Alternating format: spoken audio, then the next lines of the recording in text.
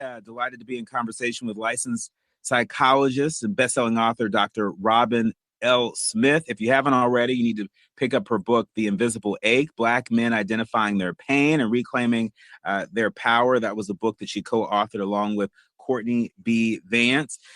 Dr. Robin, first things first, so many folks are reeling from the Supreme Court decision gutting Section 2 of the Voting Rights Act. As if that wasn't severe enough, the Supreme Court on Monday removed an obstacle to Alabama using a new congressional map in this year's election that would eliminate one of the state's two majority Black districts. We're seeing efforts not just in Alabama, but in Louisiana, in South Carolina, in Tennessee, that is taking a bludgeon, or at least attempting to take a bludgeon to hard-fought Black political power in this country. How are you reacting to this, not just politically, but culturally? I was reminded by my mother that my grandparents, Addie Mae Thomas and Dave Thomas, were in their 40s when they were finally able to exercise their right to vote in this country. That is not that long ago. I remember my grandmother very well.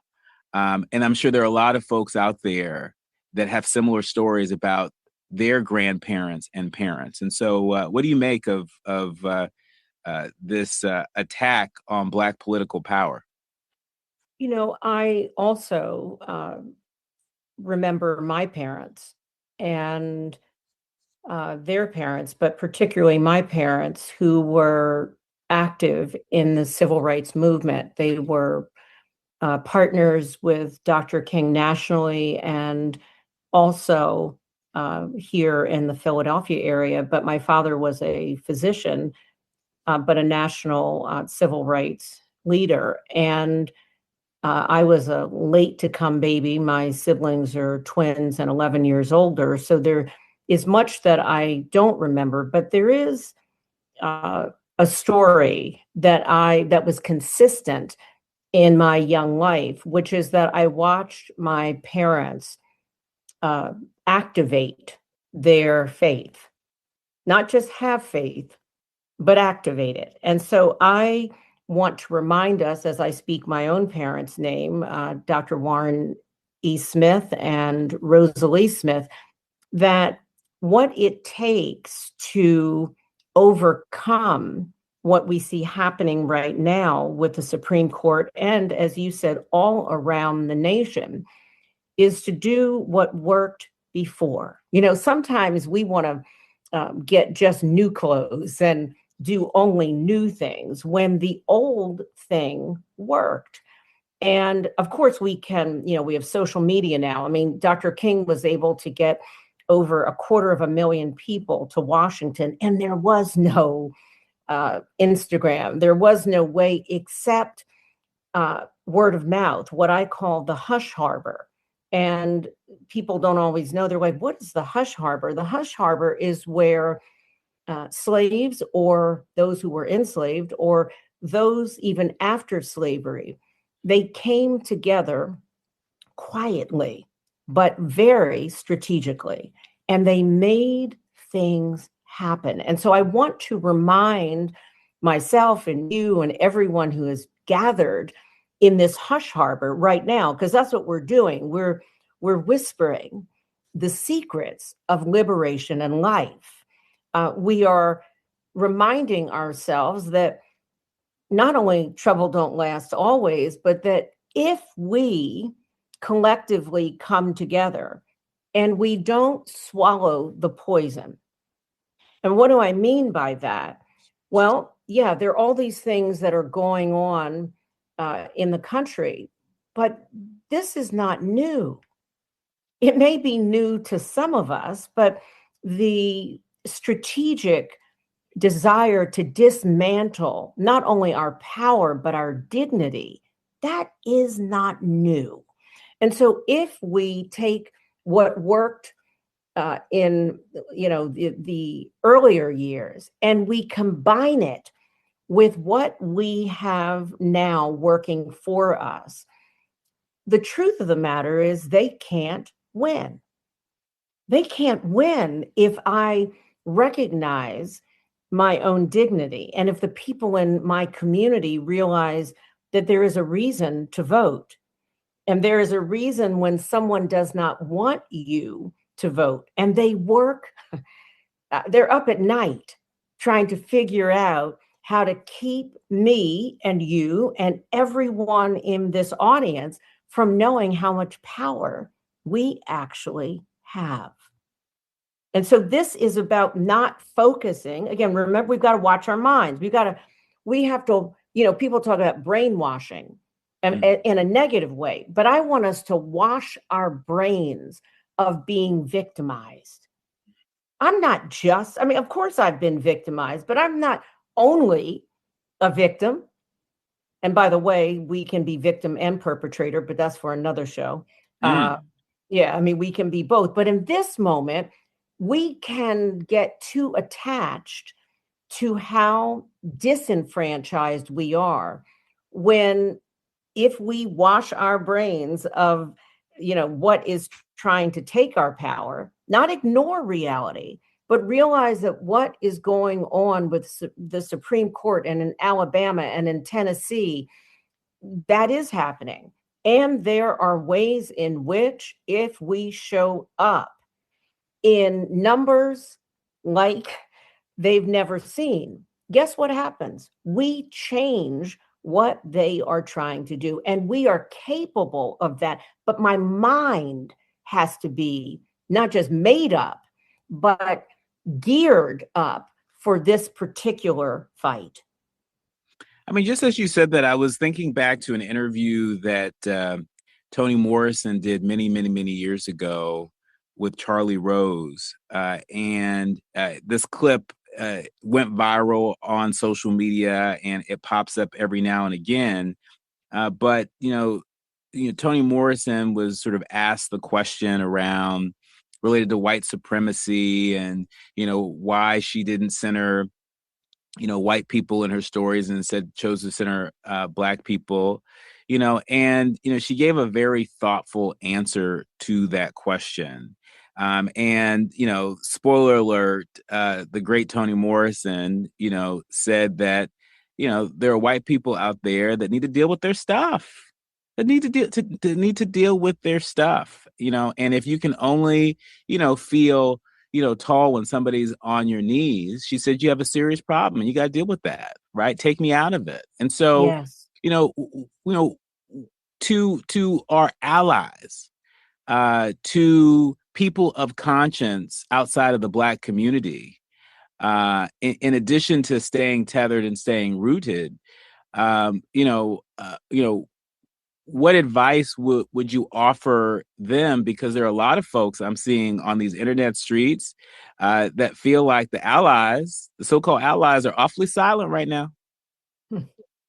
Well, by the way, I so love that you surfaced our beloved Toni Morrison and that particular clip. And if you have not seen it, I mean, it's just food for the soul, because what she was really talking about is not being distracted by what someone else thinks she should be doing, who someone else thought she should be writing about. And so she answered Charlie Rose, as you said, in a very thoughtful way, but her mind was clear about who she was and who she was writing about. And so I think, as you talk about our allies, what could they be doing?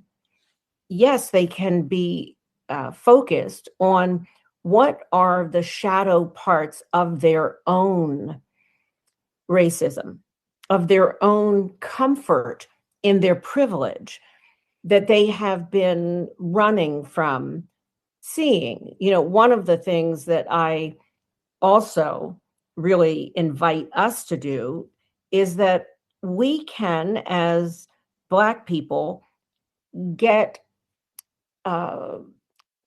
into, let's just say, wanting someone else to fix this. And that's not just around race. In our families or in our partnerships, our relationships, we often want someone else to make it better. And what we don't realize is that when we do that, we are giving our power away. And so I would also, as our allies are facing what they need to do, what is unfinished in their own unconscious, that we as Black people and Black and brown people really examine, where is that victim role that we have been playing and that was given to us? It's a colonized definition. It was handed over that we needed someone else to extricate us from this prison that we did not create. And so if we didn't create it, well, someone else needs to open the door. There's something 15 to be in conversation here. I'm feeling fed, and I hope that you all are also feeling fed by this conversation with Dr. Robin L. Smith, a licensed psychologist, best-selling author, and we're talking about not just protecting our peace, and not just the continued fight for liberation, but living free. And we're going to talk about her best-selling book, The Invisible Egg, Black Men Identifying Their Pain, Reclaiming Their Power. We're going to talk about it in that frame momentarily. But before the break, Dr. Robin, I was sharing a few insights that I gleaned from this new study linking identity politics to lower mental well-being among progressives. Again, I want to state this is not a longitudinal study, but it is noteworthy. What say you? Is there any there? And if so, how might this inform how we navigate and activate during this moment in history? Yeah, and there is some there, but let me explain what is really there. Socrates said, the unexamined life is not worth living. And then Brother Malcolm X came many years later and said, and the examined life is painful. So Socrates said, the unexamined life is not worth living. And Brother Malcolm said, and the examined life is painful. So why would I quote that in this moment as we're talking about identity politics and this study, which I read? The truth of the matter is there is something about what we focus on is what grows. So if I am focusing on information that highlights being marginalized, that will grow in me. I talked about dominion. It could take up all the air in the room. And so we want to be careful, because wouldn't it make sense, if that's what I'm focused on and fighting for, that maybe there isn't enough oxygen in the room to remind me of all the other things that are possible, all the other opportunities for growth, all the other ways that, yes, there is an assault, and there is also a way in which we can get through this. And so what I would remind us to do again today is to protect not just our joy, but to protect what goes into our ears, what goes into our eyes.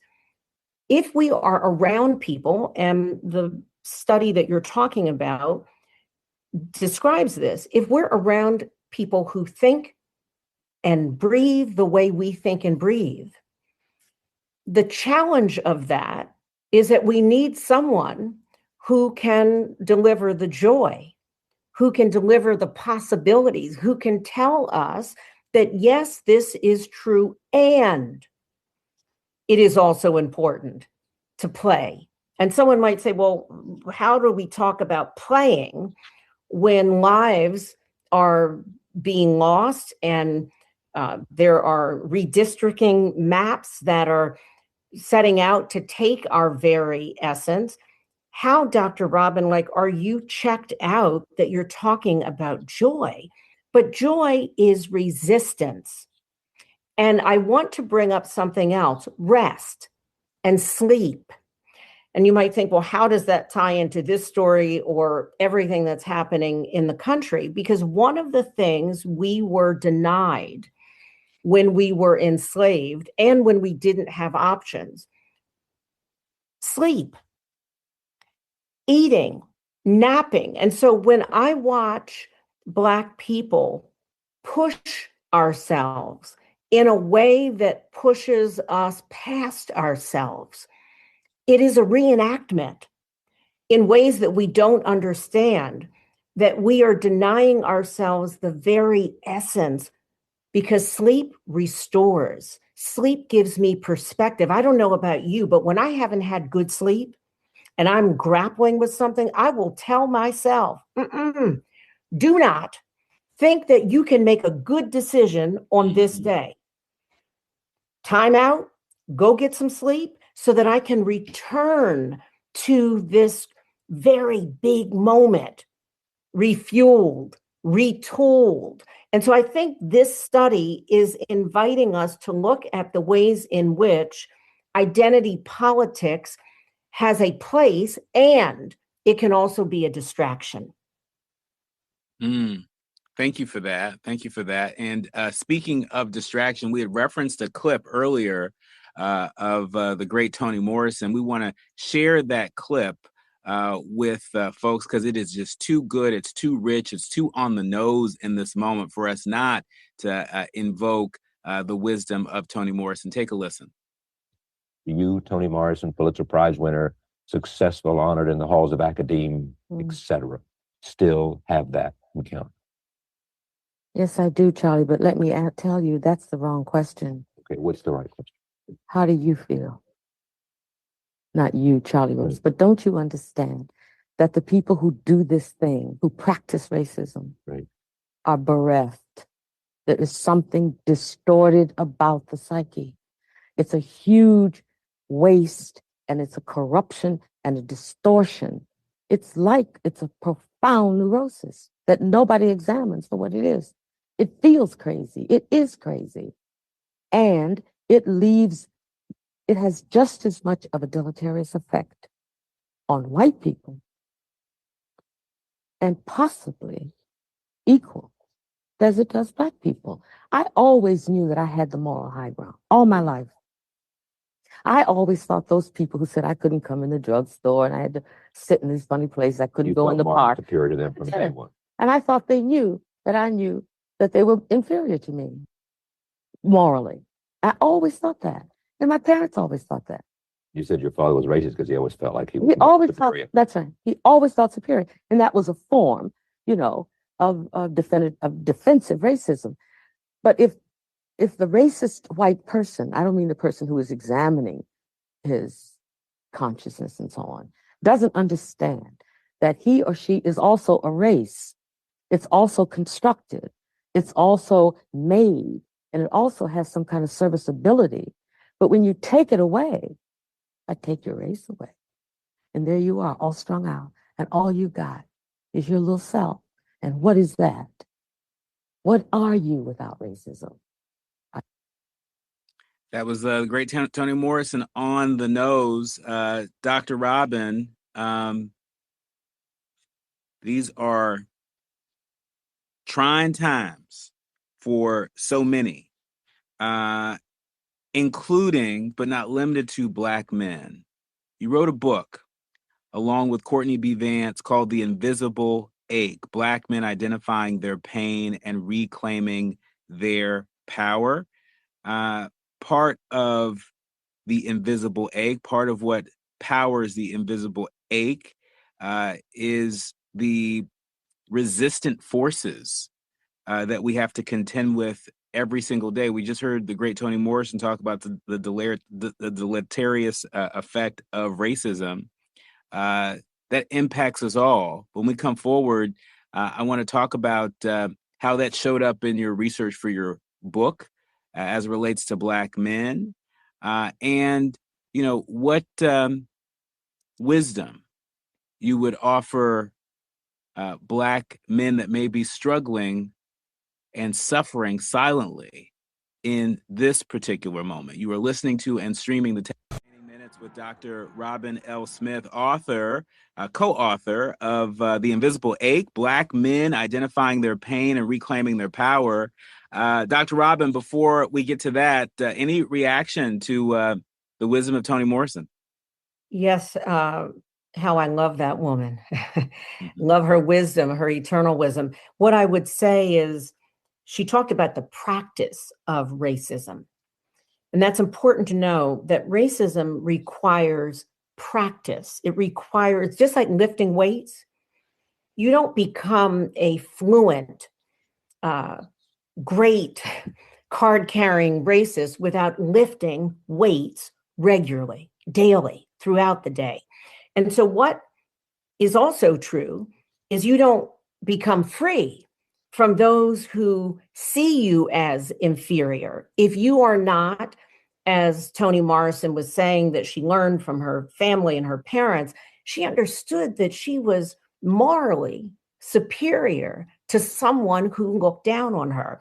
And so I want to remind us of this, that if we understand what's really happening in this country, it is a family, because we are, we don't like all of the people in our biological family, and they don't all like us. But here we are in America approaching our 250th anniversary for some. For others, there's a different discussion about 400 plus years, but again, that's a different show. But here we are. And what are we really grappling with? That people who are considered and identify as being white, many of them are afraid. And afraid of what? Afraid that somehow, and this is what, Toni Morrison was saying, that they need to oppress someone else to feel like someone to themselves, that they need to put someone down. And so whether or not that is someone Black or in the LGBTQ plus community, that there is a terror that they are not enough. And if we can, as Black people, remember not only that they are wrong about us, but that we decide whether or not we have value and identity, not someone else. Because I want to, put this out there. If you wake up in the morning, Dr. Nee, and you are singing your favorite song, and you get on the train or the bus or the whatever, and, if you're driving and someone cuts you off or they take your seat, and then you get to work or you get here to do the show, and someone says, "What's wrong?" And you say, "I woke up and I was so happy this morning. I felt so free." And then some jerk, other words we could use, cut me off or took my seat. And it just ruined my day. Why am I saying that? Because that means that person owns you. And so what I'm saying to us is that if I define myself for who I am, you can hate me because of my race, my gender, my sexual orientation, my whatever, my faith, my no faith. But I don't hate me. And that's what Toni Morrison was talking about. The self-identity is what is essential for our liberation. Not what you think of me, but what do I know to be true about who I am? Dr. Robin, in our remaining minutes, I want to give you an opportunity to share what you know to be true as a result of the research that you and Courtney B. Vance did for The Invisible Ache, Black Men Identifying Their Pain, Reclaiming Their Power. It's not lost on me, not lost on so many of our leaders, learners, and listeners that, Dr. Serena Fairfax, Nancy Mateer, Ashley Robinson, Barbara Deere, so many Black women have been the victims of murder, suicide. These events have included the suicides of many Black men. Talk to us about just a few top lines from The Invisible Ache. Yeah. So, ouch. I hurt. How many Black men can say, ouch, I hurt? Not, how you doing, brother? I'm good. But I hurt. And that's part of our divine birthright, our God-given birthright, to say we hurt. We were told that we were 3/5 human, and we were only given the 3/5 because it had to do with benefiting white slave owners for property. So this claiming that I'm actually 5/5, if we forgot our fractions, that means 1. I'm whole. And I'm whole even in the broken places. I'm whole, I have joy, but I also hurt. I have tears. I've seen so many Black men, whether it's at a funeral or when they're losing a relationship, saying, they put their sunglasses on because they're ashamed of their wholeness. So we all have holes, HOLES, longing to be whole, WHOLE, which is a holy, an HOLY journey, an HOLY journey. And so for Black men who have been given a definition about who they are or who they're not, what I'm saying, not only to Black men and Black boys, but the women who love them, or if you're raising sons, or, let's think about what colonized message have you passed on to yourself, your boys, your grandchildren? And that is where we begin to take our power back. And lastly, an altar call. I am an ordained minister. I'm not talking about accepting God. What I am saying is learn to accept yourself and come down to the altar and pick up the broken pieces of yourself to reclaim your full power. Our thanks to Dr. Robin L. Smith. Go to drrobinsmith.com for. That's right. Go to drrobinlsmith.com. Go ahead and do it. You'll be better for it. That was an incredible interview with Dr. Robin. And it's hopefully one of many more to come. Let me just say that there was so much more that we talked about. And so if you subscribe to a More Perfect Union podcast, you're going to get the extended version of that interview with Dr. Robin L. Smith. I also want to encourage everybody to go out there and pick up that book, The Invisible Ache. This is now my second time talking to Dr. Robin about that book. It's just that rich. And by the way, let me just add that this book was co-authored by Courtney B. Vance, actor Courtney B. Vance. He has had a number of lived experiences that lend itself to this story. And I think at a time when there's so much happening in the world, and when there are so many folks that may be suffering in silence, this book is a good start. It's a great next step. Listening to the Dr. Robin interview in full is also another good next step. And as she has said, it's important that we take it one step at a time, and that we don't overwhelm one another. We don't overwhelm ourselves. And so be sure to check that out. When we come forward in our next hour, we're going to be going beyond some of the biggest trending political headlines today with two of the very best that are up for the job. I'm talking about Vincent Jones, CEO of Beyond Impact, and the one and only Al Reynolds. He is our political and pop culture contributor, and they are ready to take us beyond these headlines. That's where we're going when we come forward. You're listening to and streaming A More Perfect Union on KBLA Talk 1580.